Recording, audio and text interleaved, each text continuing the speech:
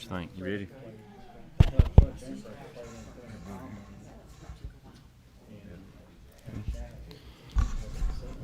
All righty. Well, good morning, everybody.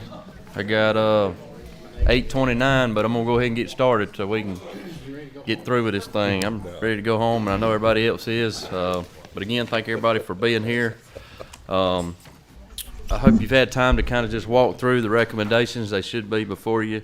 And we're just going to kind of walk through the recommendations pretty quick. Most of the information should be familiar to everybody, but if you have any questions, just ask, and I'm going to walk through about half of it, and then Chairman Jaspers is going to get the final half, and then we'll have a vote, and we'll be done. So with that, first section, we'll start on page 4, agriculture. We're going to recommend that we're just going to refer the Ag Cooperative Code to the House Code Revision Committee just to review that and repeal if they feel it's necessary, but we want to make sure that's the right thing before we do anything. Oyster hatcheries, we're just going to encourage the Department of Natural Resources to continue doing what they're doing, and that's just walk slowly through this process as they continue to learn about how we need to properly move forward on that. And if you got any questions, just holler, I guess. The regulation roadmap, we're going to just recommend that the Center for Rural Prosperity develop a roadmap in conjunction with relevant stakeholders on the slaughterhouses or abattoirs, just to try to consolidate some of the issues that they had as they went down that road. And I'm sure as they go, they'll find out that a lot of those regulations will be the same in a lot of sectors of our economy. So we're just going to hand that over to them and allow them to do that.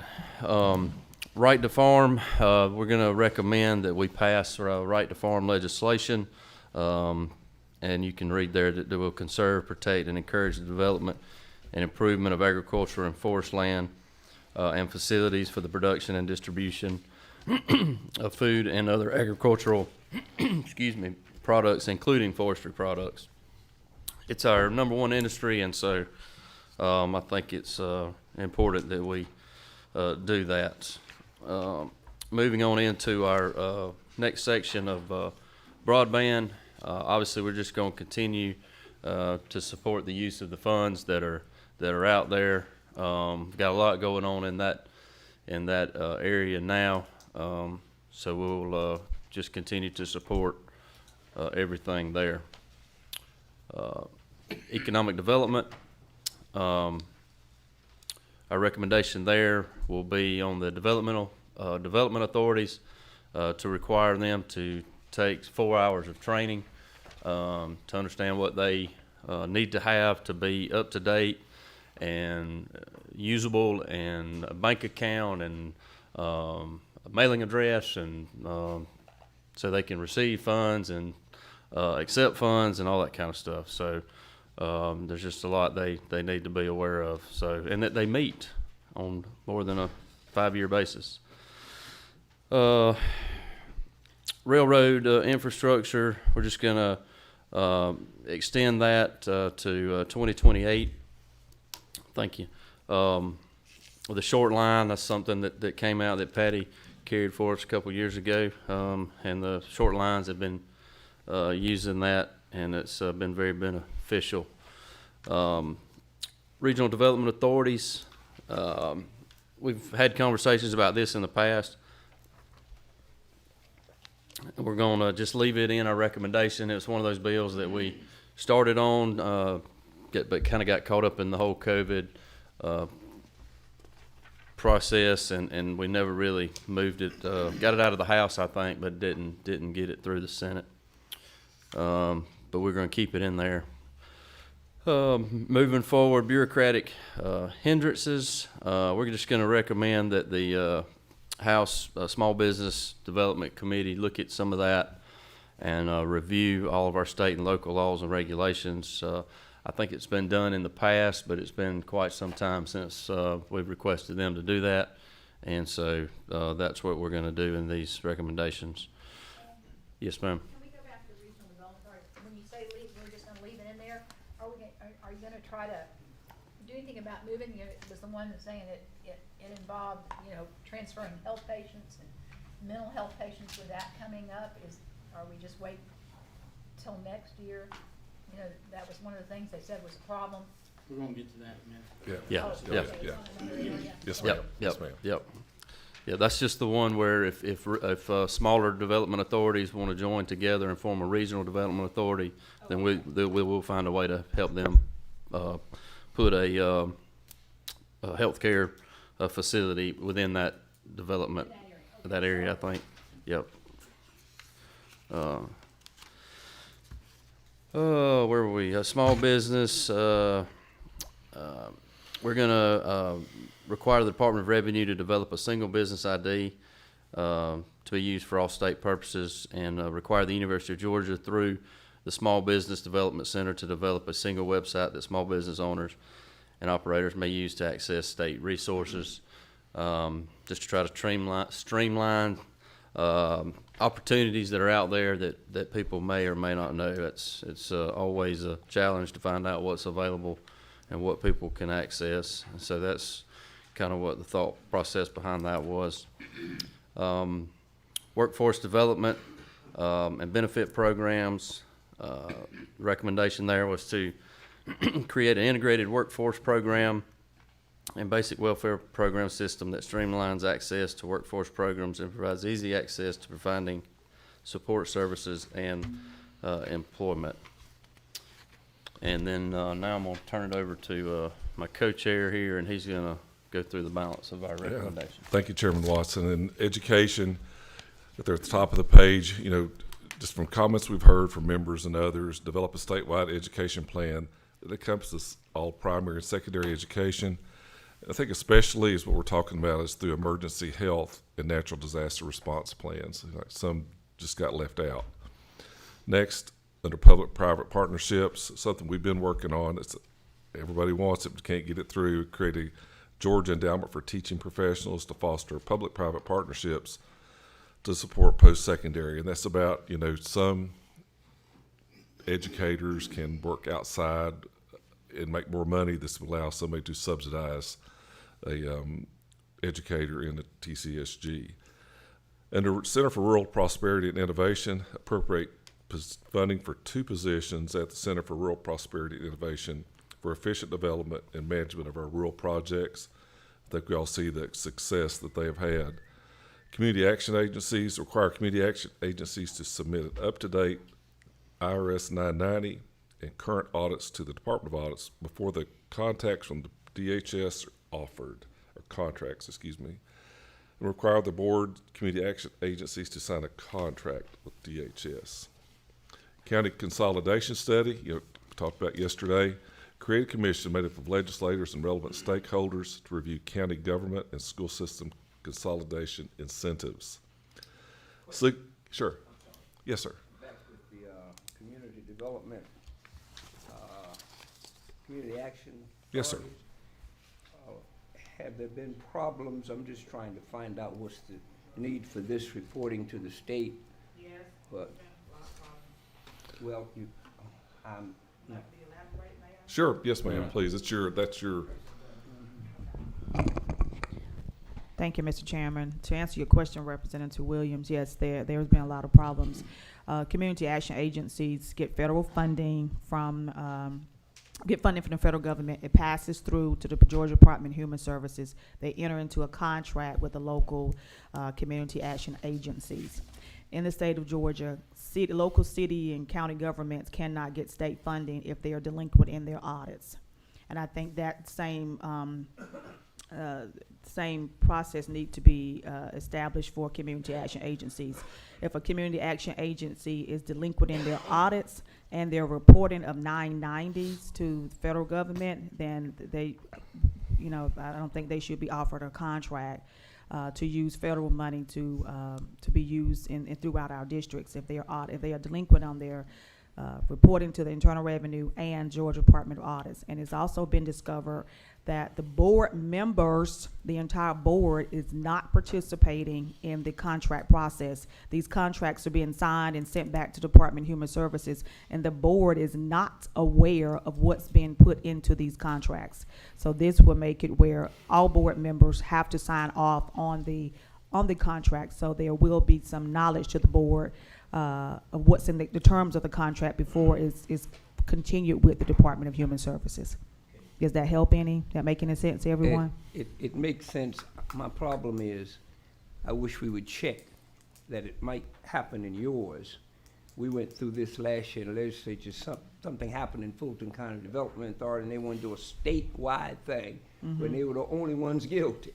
There was one development authority was guilty of paying, I ain't never got $1, but they were paying huge amounts.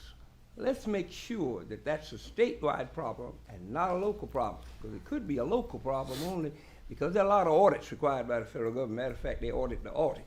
And I'm not quite sure that's a statewide problem. I don't have a problem with doing it if it's a problem. But that, if it's not a problem statewide, let's attack where the problem is. I believe it is a statewide problem because I have been in communication with Lorraine Daniels, who is the executive director for the Georgia Association of Community Action Agencies. I've been in communication constantly with Terry Coleman. I've been researching this issue for some years now, and that's what brought me to. And they haven't handled it, and they have the authority.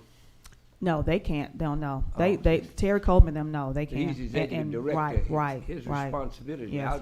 No, Lorraine Daniels is the executive director for the Georgia Association of Community Action Agencies. Terry Coleman is kind of like I guess like a lobbyist group or whatever working with them. So no, they don't have the authority to create what we're doing right now. No problem. Yes. I'll get with you, but I don't see it as a state problem. I know where you're talking about, and it's there, and they need to address it. And it's in Terry's area. And they too. can't. They can't. That's what I learned from talking with Lorraine Daniels. They can't. And that's kind of what brought us to this point today. And it's come from years of research. Yes.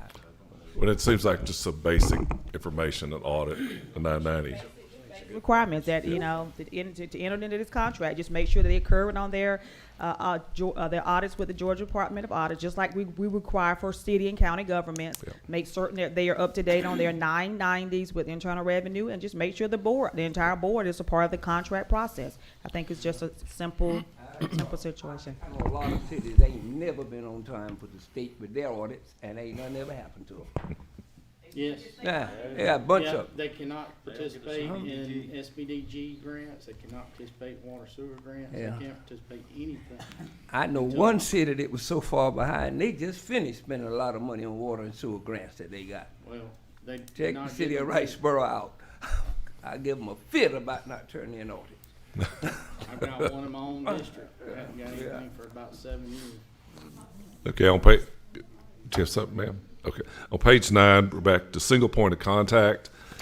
Read down there, and I think this is one I think rural Georgia really needs. Establish a director of the Center of Rural Prosperity as the single point of contact for rural economic development issues. And establish the director of the Rural Health Innovation Center as a single point contact for rural health issues. That's where people come up with questions. On rural regional commissions, something we've been working on, reform regional commissions by providing executive committees for each regional commission council and revise, provisions related to the appointment of non-public members to the council. Okay, and healthcare, we come up next. This including mental health. It's quite long. From what we heard yesterday with All Health, encourage the development of a pilot program with the state health benefit plan with All Health.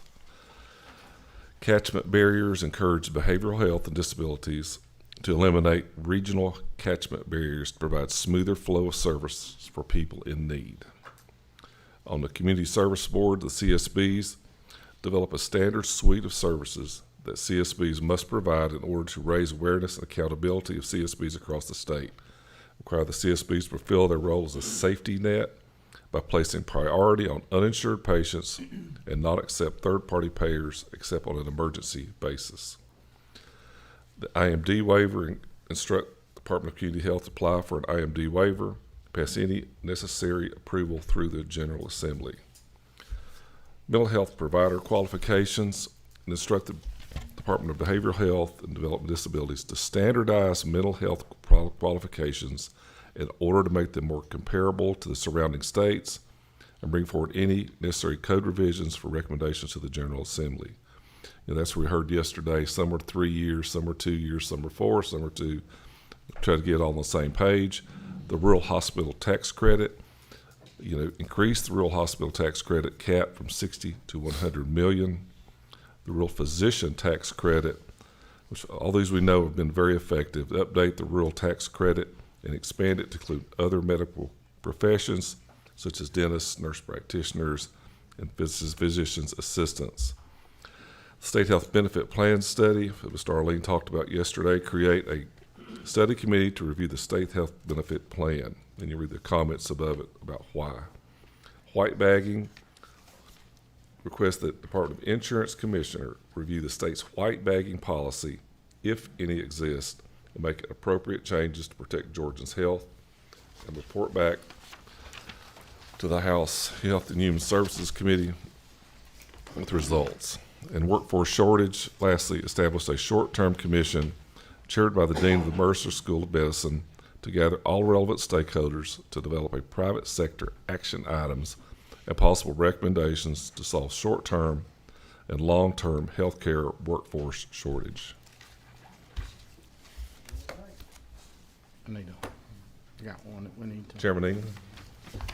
Back on the all health choice, we're not able to actually name a company like that in the budget, so we need to amend that one.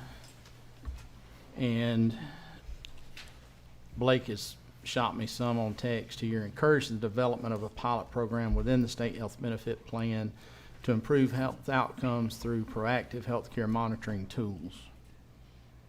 And that kind of Okay. covers that. So I'd offer that as an amendment or a change or however you want to handle it.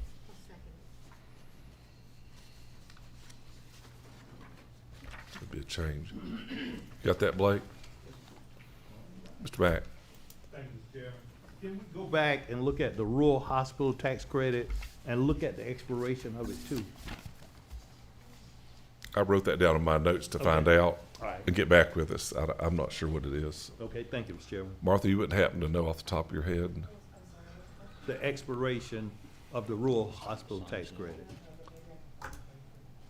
Okay. Chairman Powell?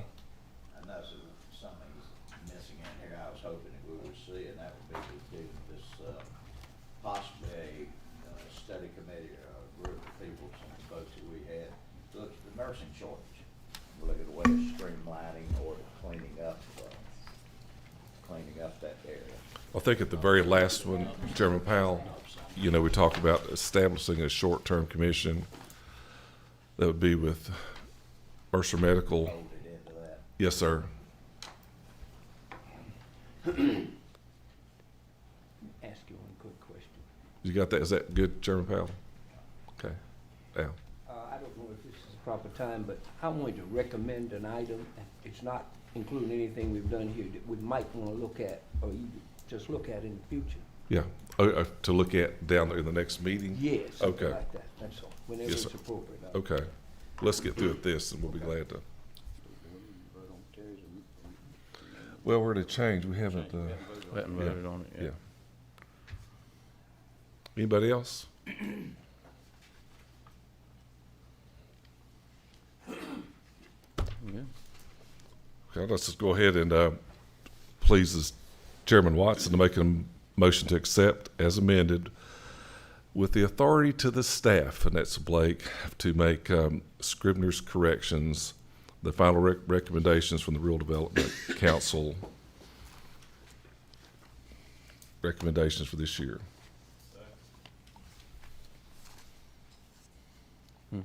He said second. Vote.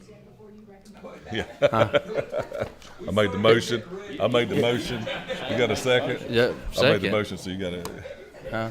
I made the motion. He seconded it. All in favor? All in favor, aye. Any opposed? None. Motion carries and passes. Thank y'all. Now, Al. Okay, it usually gets under the radar because we can't take for granted it's there, and we do have a commission working on it, but we just some kind of pact or something with our federal military bases, because most of them were built in rural Georgia and things grew up around them. But they've had a terrific economic impact on Georgia. As a matter of fact, it's number 4. Oh, yeah. It's number 4 with $25 billion a year.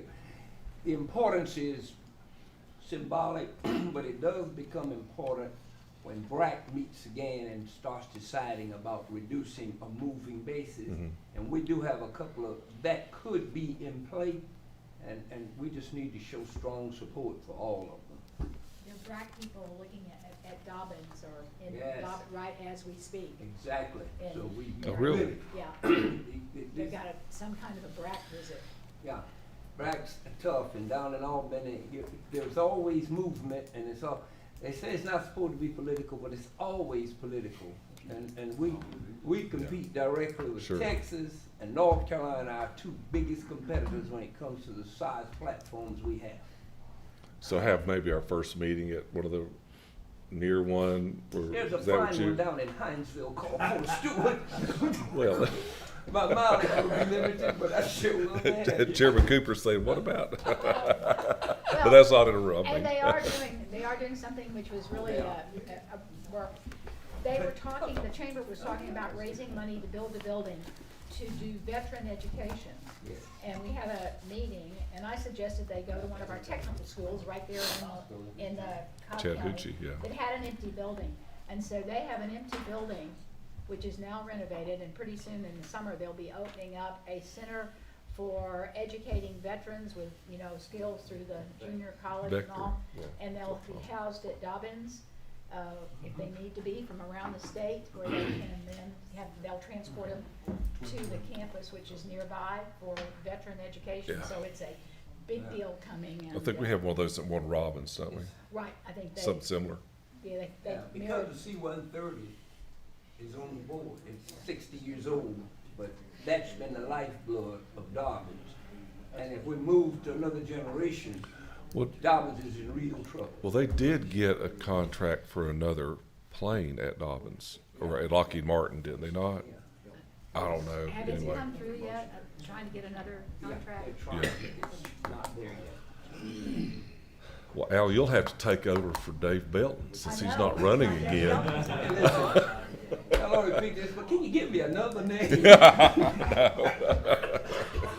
Yeah, he's been the champion for all that all these years. I'm sorry, I had to.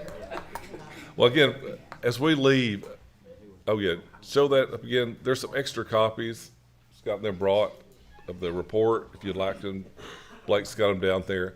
Yeah, you cannot know how much we depend on Deidre and Blake, Justin, Martha, the people that support us in all this.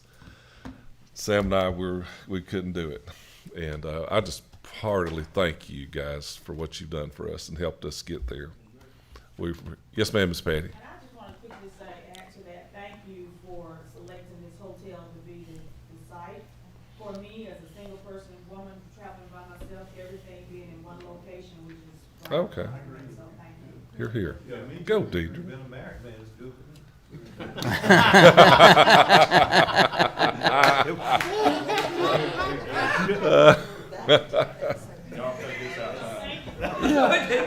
You're great. Well, as we wish everybody a Merry Christmas, Happy New Year. We'll see y'all, and gosh, before long, you got something, Blake? Just gonna say, the finalized report will be online, probably Monday for y'all to take a look at. Let's give it up for Blake. Yay! Well, with that, we adjourn our meeting. Thank y'all for being here.